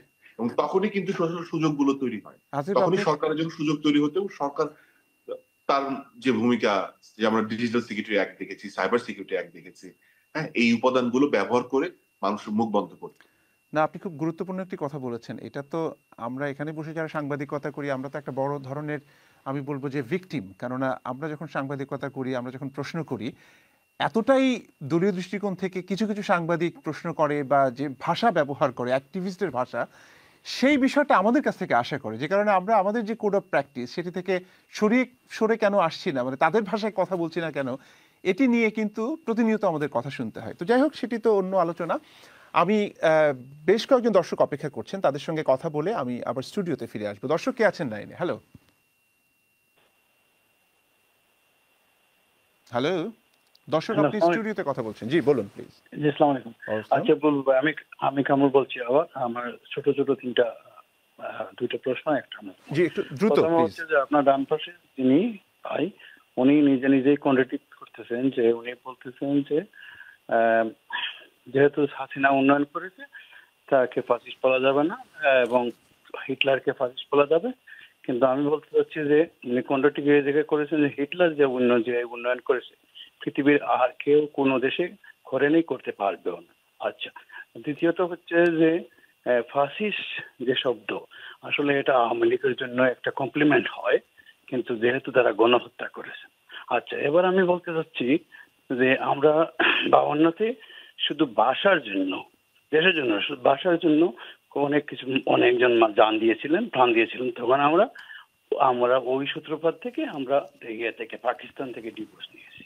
কিন্তু আজকে আমাদের এতগুলো ভাই মারা গেল, তাদেরকে শহীদ বলা হচ্ছে না। এক, দুইটি লাস্ট প্রশ্ন হচ্ছে যে ওই যদি ওইখানে একজন মানুষ থাকে, তার ছোট ভাই বাংলাদেশে সেই দিন এই হাসিনা গুলি করে মারেছে দিন দুপুরে, আর আজকে আওয়ামী লীগ দাঁড়িয়ে বলছে তার সামনে আমি আওয়ামী লীগ, সেটা কত বড় গালি হবে তার জন্য। তো বর্তমানে বাংলাদেশে যত মানুষ মারা গেছে, যত ছাত্র মারা গেছে, তার প্রত্যেকটা ভাই এদেশে আছে। তো এদের সামনে যখন একজন আওয়ামী লীগ দাঁড়িয়ে বলবে আমি আওয়ামী লীগকে সাপোর্ট করি, তার কেমন লাগবে? এই আমি রাখছি। ধন্যবাদ। ধন্যবাদ। আপনার বক্তব্য, মতামত আমরা পেয়েছি। আমি পরের দর্শকের কাছে চলে যাচ্ছি। হ্যালো। সালাম আলাইকুম। ওয়ালাইকুম আসসালাম, শুনতে পাচ্ছি, বলুন। বুলবুল ভাই ভালো আছেন? জি, আমি ভালো আছি, বলুন প্লিজ। আমি দুইটা কথা রাখবো, একটা প্রশ্ন আপনাকে করবো পরে, আর দুইটা রাখবো। একটু দ্রুত করতে হবে মানিক ভাই। দ্রুত করবো ভাই, আমাকে একটা মিনিট দেন প্লিজ। জি জি। বাংলাদেশে যা হচ্ছে আজকে, এই যে শতাব্দীর নিকৃষ্ট স্বৈরাচার, মানবতার জঘন্যতম শত্রু, এই যে শেখ হাসিনা এবং আওয়ামী ফ্যাসিবাদের বিরুদ্ধে যারা যুদ্ধ করে সংগ্রাম করে পঙ্গুত হয়েছে, এদেরকে আজকে অবহেলা করা হচ্ছে। এটা নতুন বাস্তবতা নয়। এই বাস্তবতা ইতিহাস দেখা যায় 1947-এ লক্ষ লক্ষ লোক শহীদ হয়েছে, মাইগ্রেশন করেছে, millions are deposed from their homeland, millions migrated from West Bengal and Assam to Bangladesh. তাদেরকে সরকার পুনর্বাসনের জন্য কিছু করে নাই। 71-এ শত শত মুক্তিযোদ্ধা আমি দেখেছি পঙ্গু মুক্তিযোদ্ধা ভিক্ষা করেছে, তাদের পুনর্বাসন করা হয় নাই। আজকে সেই বাস্তবতা দেখতে পাচ্ছি। আজকে পঙ্গুদেরকে আজকে প্রায়োরিটি দেওয়া হচ্ছে না। এখন কথা হচ্ছে ভাই শুনেন, আমাদের এখন একটা পলিটিক্যাল কনসেনসাস দরকার। কারণ ফ্যাসিস্ট হাসিনা, স্বৈরাচার হাসিনা, মানবতার নিকৃষ্ট শত্রু হাসিনা চলে গেছে, কিন্তু ষড়যন্ত্র অব্যাহত রয়েছে। এখন ট্রাম্পকে দিয়ে বলাচ্ছে Hasina Bangladesh is a communal state, millions of Hindus are being exterminated by the communal violence. ট্রাম্পের অনুসারীকে বলছে ট্রাম্পের ফটোর উপরে তোরা পেশাব করবে এবং এটা ট্রাম্পের কাছে পাঠাবে। আমি বলবো এটা ইউজ করতেছে বিএনপি করতেছে। জি, একটা কথা আপনাকে প্রশ্ন করি, আপনি বলেছেন যে স্বাধীনতার স্থপতি শেখ মুজিব, এইটা টোটালি হিস্টোরিক্যালি আনফ্যাকচুয়াল, আনফাউন্ডেড, আনজাস্টিফাইড। শুনেন, আমি চ্যালেঞ্জ করতেছি আজকে এই ওপেন ইয়ারে বাঙালি জাতির স্বাধীনতার স্বপ্নদ্রষ্টা, আনডিভাইডেড বেঙ্গলের মুসলমানের স্বাধীনতার স্বপ্নদ্রষ্টা, ভারতবর্ষের মুসলমানের স্বাধীনতার স্বপ্নদ্রষ্টা হচ্ছেন দুই ব্যক্তি, আর কেউ নয়। একজন নবাব স্যার সলিমুল্লাহ, আরেকজন শেরে বাংলা একে ফজলুল হক। বেঙ্গল পার্টিশন প্ল্যানের প্রবক্তা হচ্ছেন sir Salimullah, Shere Bangla A K Fazlul Haq. Historic Lahore convention was organized by Shere Bangla. Lahore resolution was drafted by Shere Bangla, was delivered by Shere Bangla, was then and there accepted by the unanimous consensus of the millions of people. আচ্ছা মানিক ভাই, আপনি আজকের এই অনুষ্ঠানে প্রথম কথা হচ্ছে যে বঙ্গবন্ধু স্বাধীনতার স্থপতি কিনা, উনি জাতির জনক কিনা, এই ধরনের আলোচনা কিন্তু আমরা আজকে এখানে শুরু করিনি। আমরা বলেছি যে ইতিহাসের কিছু মীমাংসিত বিষয় রয়েছে, সেগুলো নিয়ে যে ধরনের বিতর্ক তৈরি করা হচ্ছে সেটির প্রয়োজন আছে কিনা। আপনি কোথায় পেলেন যে আমি আজকের এই অনুষ্ঠানে আমি কথাগুলো বলেছি? আমি ঠিক জানি না, আমার ভুল হতে পারে, বাট আমি একটু এই অনুষ্ঠানটি যখন শেষ হবে আমি আবার রিওয়াইন্ড করে দেখবো এবং এটি নিয়ে আপনার সঙ্গে কথা বলতে পারবো। কিন্তু আপনার মধ্যে একটা প্রবণতা আমি লক্ষ্য করেছি, আপনি আমাদের নিয়মিত দর্শক, নিয়মিত কল করেন। আপনি যেভাবে আপনার যে মাইন্ডসেট রয়েছে সেই মাইন্ডসেট থেকে বের হয়ে এসে আপনি কোনো যুক্তি শুনতে চান না, এটা একটা সমস্যা। আপনি মনে করেন না যে বঙ্গবন্ধু স্বাধীনতার স্থপতি, এটা হতেই পারে, কোনো সমস্যা নেই, আপনি আপনার মতামত দেবেন, কিন্তু এত অ্যাগ্রেসিভ হওয়ার কিছু নেই। এবং আপনার শব্দ চয়নের ক্ষেত্রে আপনি যেভাবে আজকের কলটি শুরু করেছেন সেটা তো আসলে আপনি একটু ভেবে দেখেন তো, এটা একটা গণমাধ্যমে একটা লাইভ অনুষ্ঠানে এইভাবে কথা বলা যায় কিনা। এটা আপনার কাছে আমার অনুরোধ, মানে বিনীত অনুরোধ। আমি যেহেতু গত 20 বছর ধরে এখানকার টেলিভিশনগুলোতে অনুষ্ঠান করছি, আমার অনুষ্ঠানগুলোতে অন্তত যারা ফোন করেন তারা কিন্তু একটা সার্টেন ডিসেন্সি মেনটেন করে ফোন করেন, এবং আমি সেজন্য প্রত্যেকটি দর্শকের কাছে কৃতজ্ঞ। আপনার প্রতি আমি কৃতজ্ঞ যে আপনি আমাদের অনুষ্ঠান দেখেন, আপনি ফোন করেন, কিন্তু আমার মনে হয় যে একটু টলারেন্স থাকা দরকার, একটু সহনশীলতা থাকা দরকার। আপনার রাগটা তো নিশ্চয়ই শেখ হাসিনার উপরে, মানে সবাইকে যদি আপনি শত্রু বানিয়ে ফেলেন, মানে যেভাবে আপনি কথা বলেন মনে হচ্ছে যে আপনি একটা শত্রু পরিবেষ্টিত অবস্থায় কথা বলছেন এবং সবার উদ্দেশ্যেই সবার ব্যাপারে আপনার এক ধরনের ক্ষোভ, এটা দয়া করে করবেন না, এটা আপনার কাছে আমার অনুরোধ। আমি পরের দর্শকের কাছে যাচ্ছি। হ্যালো, শুনতে পাচ্ছি, বলুন। হ্যালো, আসসালামু আলাইকুম। ওয়ালাইকুম আসসালাম। বলু ভাই ভালো আছেন? জি আমি ভালো আছি, বলুন। আমি বর্তমান যে সরকার আছেন জানি, কিন্তু দুইটা কথা কইমু যে সংস্কার তো করা ঠিক আছে, কিন্তু সংস্কার টুকাইতে হেসে আইব কুসংস্কার। তো তারা যে যে সংস্কার আমার হতো লেগে এই যে যত মানুষ হতো হয়েছে, আহত হয়েছে, হসপিটাল আছে, এগুলা দিকে যদি তাই লোক এরা এই সরকারের লক্ষ্য না দেয়, জাতির কাছে এরা জবাব দিতে হইব। এরা এমন এক বিপদ করবো, তারা দুই বছর দিয়ে তারা করতে হইব, সংসারও করতে হইব, বেশি অংশে প্রায়োরিটি দিতে হইবে। যে আমাদের শহীদ হয়েছে, হাত গেছে, পাও গেছে, চোখ গেছে, হসপিটাল যারা আছে, এরা তো এই দিকে খেয়াল নেন না, এরা তো সংসারের দিকে যার কিন্তু এমন এক অবস্থা আইব এই সরকারের, মানে কুসংসার আইব, আইয়া এরও পতন হইতে হইব। মেইন কথা হইলে গেলে আমরা চাই, আমরা এখন সাধারণ পাবলিক কোনো পার্টি করি না, আমরা তো চাই আর যে এরা যে এই যে বলতেন যারা হতাহত হয়েছে এরার সেবা যত্ন হইতো, এরার খরচ পয়সা দেওয়া হইতো, এরার একটা অ্যাকশন আপনার মূল বক্তব্য পেয়েছি আমরা, আপনার মূল বক্তব্য পেয়েছি, এবং এ ব্যাপারে কারোই কোনো সন্দেহ নেই যে একটা পরিবর্তনের জন্য একটা শুদ্ধতম আকাঙ্ক্ষা নিয়ে যারা এই গণ অভ্যুত্থানে অংশ নিয়েছেন, প্রাণ দিয়েছেন, হতাহত হয়েছেন, তাদের প্রতি তো আসলে সবার আগে নজর দেওয়া দরকার। কেননা তাদের এই আত্মত্যাগের উপর ভর করেই কিন্তু, তাদের রক্তের উপর ভর করেই কিন্তু একটি সরকার গঠিত হয়েছে। আপনারা ক্ষমতায় গিয়েছেন বা অন্তর্বর্তী সরকারের দায়িত্ব পালন করেছেন, কাজে এটি কোনোভাবেই ভুলে যাওয়ার সুযোগ নেই বলেই আসলে আমরা মনে করি। আমার মনে হয় যে অনেকেই সে ব্যাপারে একমত হবেন। আমি পরের দর্শকের কাছে যাচ্ছি। হ্যালো হ্যালো হ্যালো, আসসালামু আলাইকুম। ওয়ালাইকুম আসসালাম, বলুন প্লিজ, শুনতে পাচ্ছি। বুলবুল সাহেব, আমি দুইটা পয়েন্টে টাচ করব। একটা হলো, সরি আমি একটু অন্যদিকে কথা বলছিলাম, যে দেশের যে উন্নতি হয়েছে, অ্যাচিভমেন্টের কথা আমরা মাঝে মাঝে শুনি। আজকেও আমাদের একজন বলেছেন, আপনার সাথে বসেছেন যিনি, তো অ্যাচিভমেন্টের পিছনে প্রত্যেকটা প্রজেক্টের জন্য যে হারে খরচ করা হয়েছে, এইটা যদি আমরা চিন্তা করি, হিসাব করি, তখন কিন্তু ইটস ভেরি পেইনফুল, কষ্ট হয় আমাদের। এত খরচের তো দরকার ছিল না। আর আরেকটা হলো হতাহতের কথা, যারা গণ অভ্যুত্থানে হতাহত হয়েছে, এদেরকে কেন রাস্তায় নামতে হল? খুবই দুঃখজনক। এরা দেশকে এই হাসিনা সরকারকে সরানোর জন্য যে আন্দোলনের জন্য যে মূল্য দিয়েছেন, তাতে তো রাস্তায় নামার কথা না। আর হাসপাতালে যে ট্রিটমেন্টের কোয়ালিটি আমরা দেখলাম, এটা ট্রিটমেন্টের মধ্যেই পড়ে না। সুতরাং আমার মনে হয় সরকারের এদের প্রতি একটু নজর দেওয়া দরকার, যাতে এদের একটু সমস্যাগুলো সমাধান করা যায়। ধন্যবাদ, ধন্যবাদ আপনার থটফুল এবং এমপ্যাথেটিক এই স্টেটমেন্টের জন্য, মন্তব্যের জন্য। আমি পরের দর্শকের কাছে যাচ্ছি। হ্যালো হ্যালো, জি দর্শক, আপনি স্টুডিওতে কথা বলছেন, বলুন। জি আমি আপনার টেলিভিশনের ভলিউম কমিয়ে আমাদের সঙ্গে কথা বলুন প্লিজ। ওকে, হ্যালো, জি আপনার টেলিভিশনের ভলিউম কমিয়ে আমাদের সঙ্গে কথা বলুন। জি আসসালামু আলাইকুম। জি ওয়ালাইকুম আসসালাম। হ্যাঁ বুলবুল ভাই, জি শুনতে পাচ্ছি, বলুন।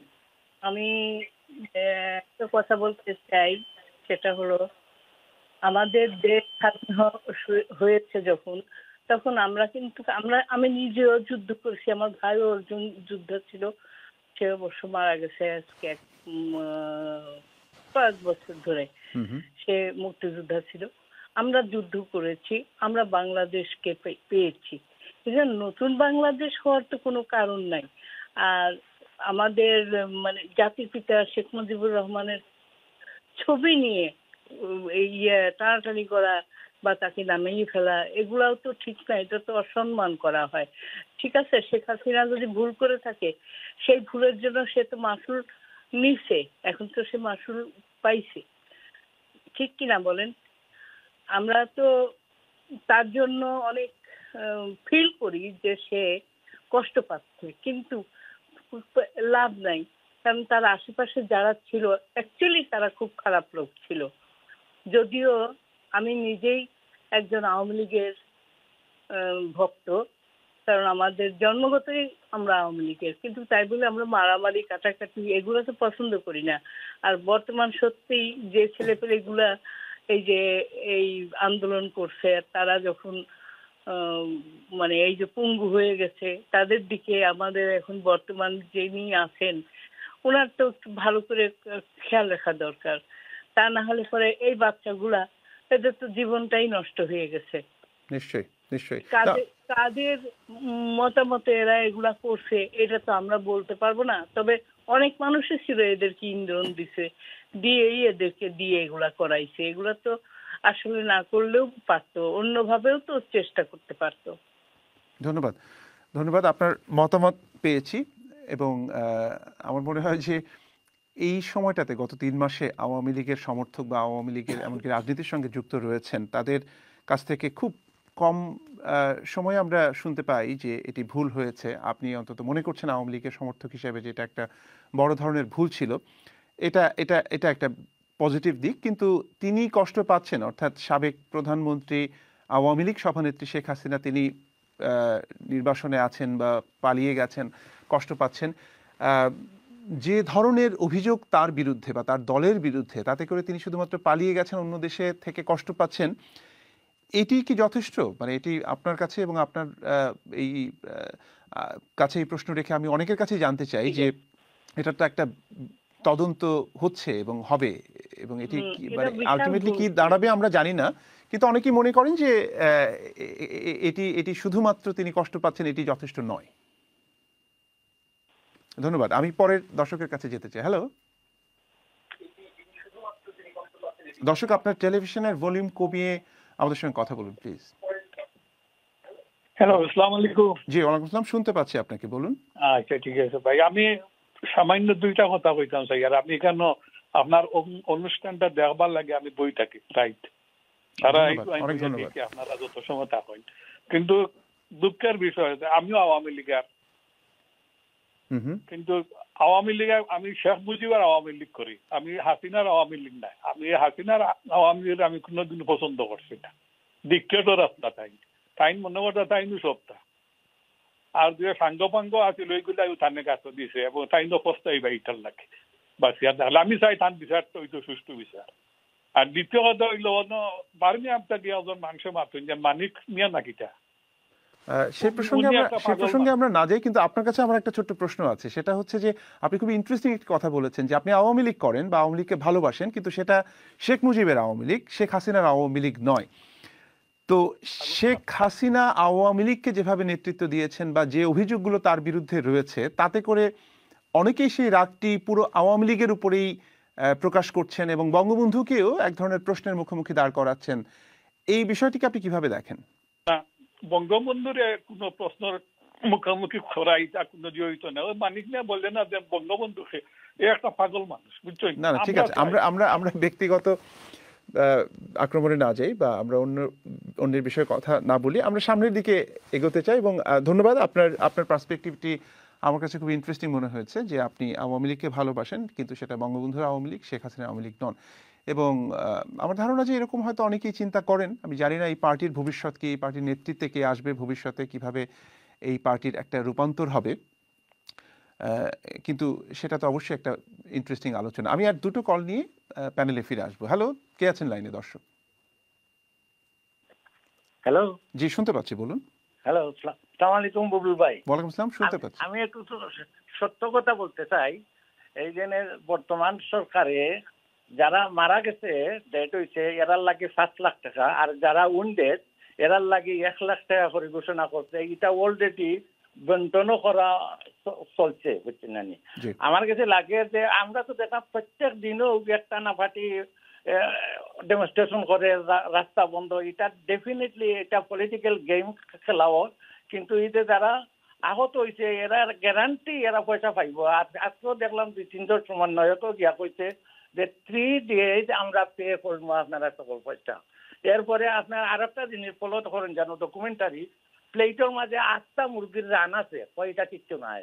হসপিটালে থাকি তো আর বেশি আশা করা যায় না, বুঝছেন না? আর এরারে সম্পূর্ণ কিন্তু আজ পর্যন্ত বিএনপির পক্ষ থেকে আমি দেখছি না কোনোদিন কইতে তারা লিডার, তারা গেও কই খালি ইলেকশন, কিন্তু এই জেনে মারা গেছে তারা ডেড হইল বা জেনে আহত নিহত এটা সম্বন্ধে বিএনপির মুখ থেকে আজ পর্যন্ত কিচ্ছু আমি পাইছি না। গেও তারা চায় যে আমরা ডেট দেও, যৌক্তিক আমরা একটা ডেট দেও কবে আমরা ইলেকশন। তারপরে আরো একটা জিনিস আপনারা স্মরণ করিয়া দিই, দেখবেন আপনি ডেফিনেটলি আজকে মাহফুজুল রহমান নিয়ে যে নয়া উপদেষ্টা হয়েছেন, এমন কইছে তারা জনগণের ছাত্র জনতার ম্যান্ডেট নিয়ে তারা ইয়ত আছে, বুঝছেন না নি? তো ওই জিনিসটা আপনি একটু ওইটা অর্থটা কিটা আপনার একটু সমালোচনা করুন জানো, বুঝছেন না? ধন্যবাদ, ধন্যবাদ। আপনার শেষ প্রশ্নটি খুবই গুরুত্বপূর্ণ এবং খুবই ইন্টারেস্টিং। আমি অবশ্যই প্যানেলে আসবো সেটি নিয়ে। আমি শেষ কলটি নিয়ে আবার স্টুডিওতে ফিরে আসতে চাই, স্টুডিওর দর্শকদের কাছে যেতে চাই। কে আছেন লাইনে দর্শক? হ্যালো, আসসালামু আলাইকুম। ওয়ালাইকুম আসসালাম, শুনতে পাচ্ছি, বলুন। জি, আমার দুইটা প্রশ্ন আপনার কাছে এবং আপনার প্যানেলের কাছে। নিশ্চয়ই। এক নম্বর হলো যে বাপ যদি ছেলে যদি চেয়ারে বসা থাকে এবং বাপ যদি ফ্লোরে বসা থাকে, তাহলে এই সমাজ এই বাচ্চার কাছ থেকে কি আশা আপনি সমাজে পাইব? এই বর্তমানে যে ছাত্রগুলো আন্দোলন করতেছে, এখন তাদের স্কুলে কলেজে বা ইউনিভার্সিটি যারা যারাই করছে তারা তো ফিরে যাওয়ার কথা, তারা এখনো এই রাস্তাঘাটে, গত কয়েকদিন আগে একটা নিউজ দেখলাম যে মহিলাদেরকে এমন ভাবে পিটাইতেছে, হাত পা ভাঙ্গা দিতেছে। এই সরকার তো এখন আপনার আমি বলবো যে আমরা আশা করছিলাম যে ভালো কিন্তু করবো, কিন্তু এখন তো ওনারা যা করতেছে সেম হাসিনার মতোই করতেছে, সবকিছু হাসিনার মতো। হাসিনা যা করতেছে সেম জিনিস ওনারাও করতেছে। এয়ার কন্ডিশনে গাড়ির ভিতরে ঢুকে গেলে বাইরের তাপমাত্রা বোঝা যায় না। তো ওদের অবস্থা যে যারা বড় বড় গাড়ি পয়সার যে পাইছে তারা নিজের যারা লোকে আন্দোলন করতেছে এরাই কি ভুলে গেছে। ধন্যবাদ। এদের কথাই ভুলে গেছে। আপনার বক্তব্য পেয়েছি। আমি জনাব ইকবাল আপনার কাছে প্রথমে আসতে চাই। অনেকগুলো কল এসছে এবং বেশ থটফুল কন্ট্রিবিউশন আমার কাছে মনে হয়েছে। আমি একজন দর্শকের কলটি একটু পিক করতে চাই এখানে। তিনি বলছেন যে মাহফুজ আলম বলেছেন যে ছাত্র জনতার ম্যান্ডেট নিয়ে তারা ক্ষমতায় এসছে। ম্যান্ডেটটা কিভাবে আমরা আসলে বুঝতে পারবো? মানে এটা কোনো রেফারেন্ডামও হয়নি, আন্দোলনের ধারাবাহিকতা এসছেন, এটা ঠিক আছে, কিন্তু ম্যান্ডেট বলতে আসলে কি বোঝায়? এখানে ম্যান্ডেট বলতে যেটা বলা হচ্ছে যে আপামর জনসাধারণ যখন একটি স্বৈর শাসন ব্যবস্থাকে পতন ঘটানোর জন্য মৃত্যুর মুখোমুখি দাঁড়ায় এবং সেখানে তারা মৃত্যুবরণ করে নিতেও রাজি হয় এবং মৃত্যুবরণ করেও, সেখানে ফর্মাল কোনো ধরনের ম্যান্ডেট নাও থাকতে পারে, কিন্তু জনগণ যেহেতু ক্ষমতার উৎস, সকল ক্ষমতার উৎস, সেখানে আমাদের সংবিধানও আছে, অনুচ্ছেদ 6 বোধহয় এটা বলা আছে যে জনগণ সকল ক্ষমতার উৎস। ওইভাবে ধরে নেওয়া হয় যে এটা একটা বৈপ্লবিক পরিবর্তন হয়েছে এবং সেই বৈপ্লবিক পরিবর্তনে জনগণের যে অ্যাসপিরেশন যেটা ছিল সেই অ্যাসপিরেশনটাকে ধরে নেওয়া একটা ম্যান্ডেট না, কিন্তু সেটা তো একটা পারসিভড নোশন, তাই তো? এটা আপনি ধারণা করছেন। এখন ধরা যাক মুস্তাফা সরয়ার ফারুকীকে উপদেষ্টা হিসেবে নিয়োগ দেওয়া হয়েছে। আপনার কি মনে হয় যে যারা আন্দোলন করেছে তারা এটাকে সমর্থন করছে যে তিনি এই দায়িত্বের জন্য যোগ্য মানুষ? বা এরকম আরো অনেকে, শুধু ফারুকী না, আরো অনেকেই রয়েছেন। আমি ম্যান্ডেটের কথা যখন আসছে তখন এই ম্যান্ডেটটাকে যখন আপনি কনসোলিডেট করবেন, একটা জায়গায় আনতে হবে ম্যান্ডেটটাকে, তখন ধরে নেওয়া হলো যে আমাদেরকে সংবিধান সম্মত না হলেও সংবিধান বহির্ভূতভাবে না, প্রেসিডেন্টের কাছে একজনকে যে শপথ নিতে হবে, প্রধান উপদেষ্টা। এবং এটা হচ্ছে এই ম্যান্ডেটের একটা আউটকাম, যে ম্যান্ডেটটা পারসিভড ম্যান্ডেট যেটা আমরা বলতে চাচ্ছি, যেটা জনবিপ্লবের মাধ্যমে, জনগণের অভ্যুত্থানের মাধ্যমে জনগণের আশা আকাঙ্ক্ষা কিন্তু একদিকে ধারণ করতে হবে, না হয়তো আপনার তাহলে আনকনস্টিটিউশনাল ওয়েতে আপনি চিন্তা করতে। ঠিক আছে, আপনি কনস্টিটিউশনের মধ্যে থেকেই করেন, কিন্তু আমি যেটা একটু বোঝার চেষ্টা করছি যে এই আন্দোলনে তো এমনকি জামাত শিবির ছিল, বিএনপি ছিল এবং আরো অনেক রাজনৈতিক দল ছিল, বাম রাজনৈতিক দলগুলোর একটা অংশ নিয়েছে, কিন্তু কিছু ছাত্র যেটি বলছে সেটি হচ্ছে, মানে ম্যান্ডেটের ব্যাপারটা কি এরকম যে যার শক্তি আছে সে যেটি বলবে সেটাই হচ্ছে ম্যান্ডেট, নাকি এটার একটা রিপ্রেজেন্টেশনাল ভ্যালুও রয়েছে?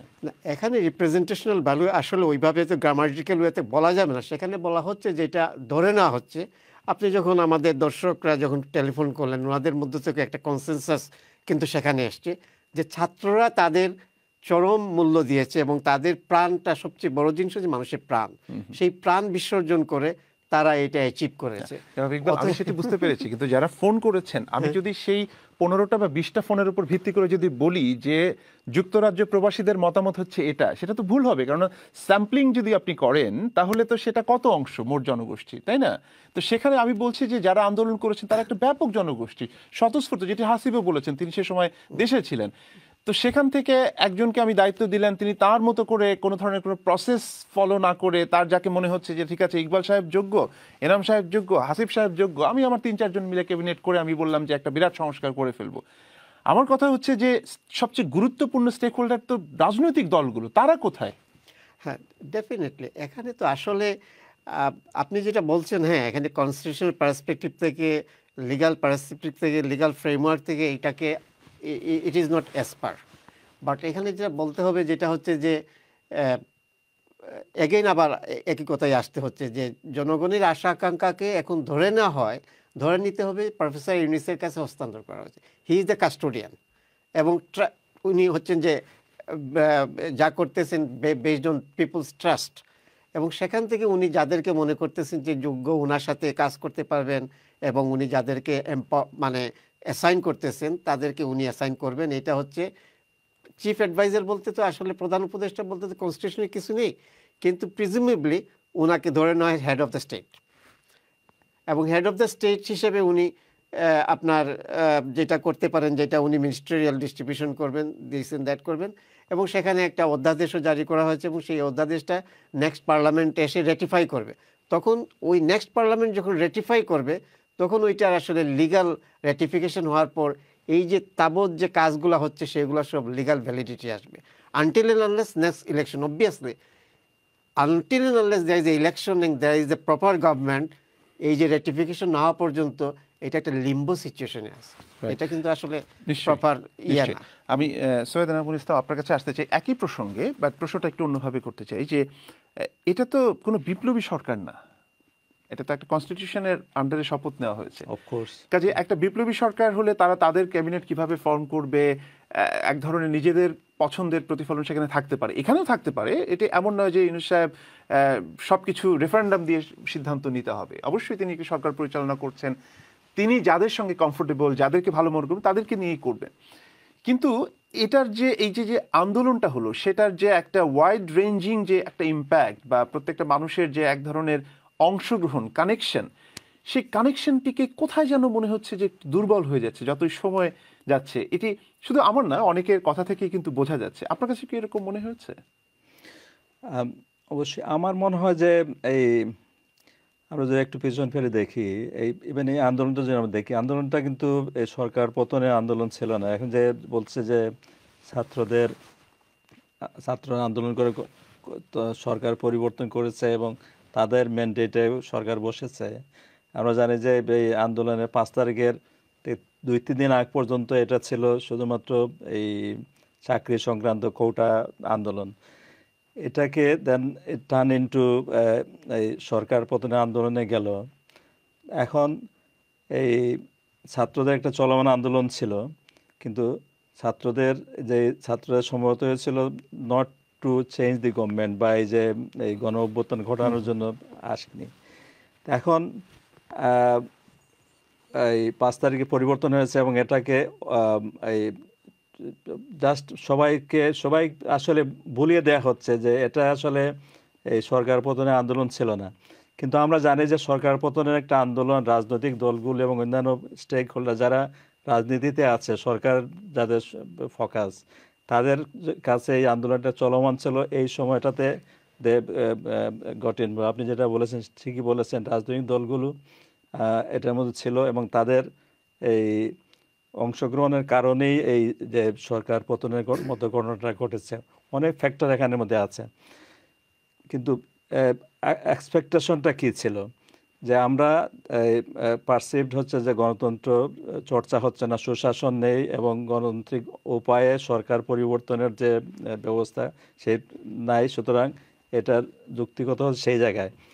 কিন্তু আমরা যদি দেখি যে এই কি হচ্ছে 5 তারিখের পরে, অনেকগুলো জিনিস হচ্ছে। একটা হচ্ছে যে এটাকে এক্সপান্ড করা হয়েছে এমনভাবে যে এই they have a mandate to do many things, একদম কমপ্লিটলি চেঞ্জ করা। রিসেট বাটনের চাপ দেওয়া হয়েছে বলা হচ্ছে। কিসের রিসেট বাটন? এই আমরা তো এই আন্দোলনের সময় শুনি না যে এখানে একটা রিসেট বাটনের জন্য আন্দোলন হচ্ছে।